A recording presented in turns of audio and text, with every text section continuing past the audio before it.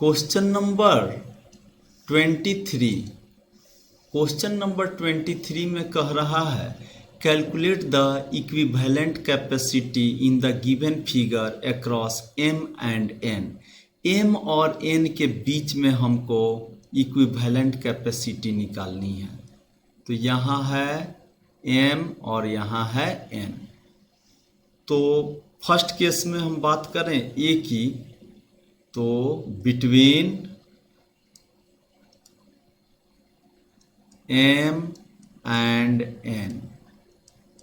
बाबू मेरे एम और एन के बीच में निकालनी है, तो सबसे पहले हम एम और एन को फिक्स कर देंगे। जिसके जिसके बीच में निकालनी हो उसको तो सबसे पहले फिक्स कर देना है, क्योंकि वो पॉइंट्स नहीं हटेंगे और बाकी सारे पॉइंट्स क्या हो जाएंगे, हट सकते हैं।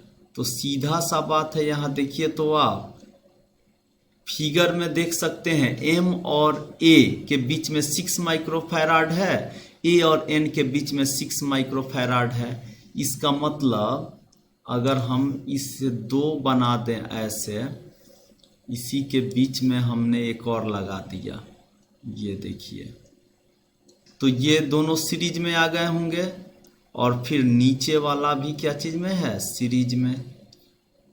अब हमने इसे क्या किया, कनेक्ट किया।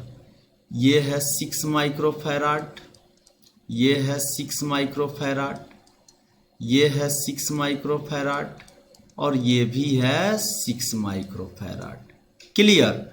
अब जैसा कि आप देख सकते हैं इक्विवेलेंट फिगर में, बाबू मेरे ये यहाँ m है और यहाँ ये n है।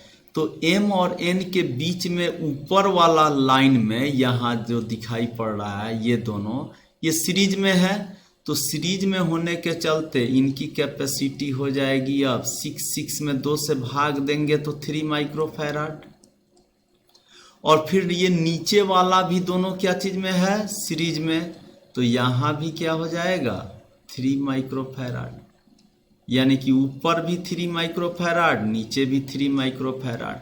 अब ये दोनों आ गए पैरेलल में, तो यहाँ m है और यहाँ n है।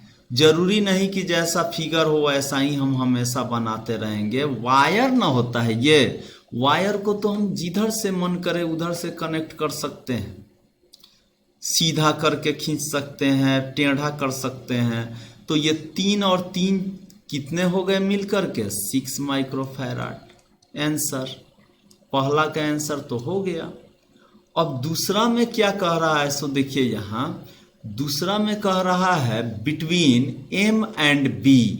यहाँ m और b को फिक्स रखनी है, तो बाबू जो कहे उसको फिक्स कर देनी है।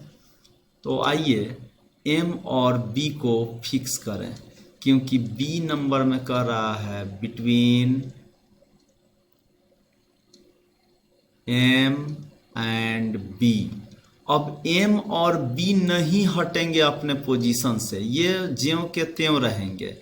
तो बाबू इनके बीच में है कितना, तो ये है 6 माइक्रोफैराड, यहाँ है 6 माइक्रोफैराड।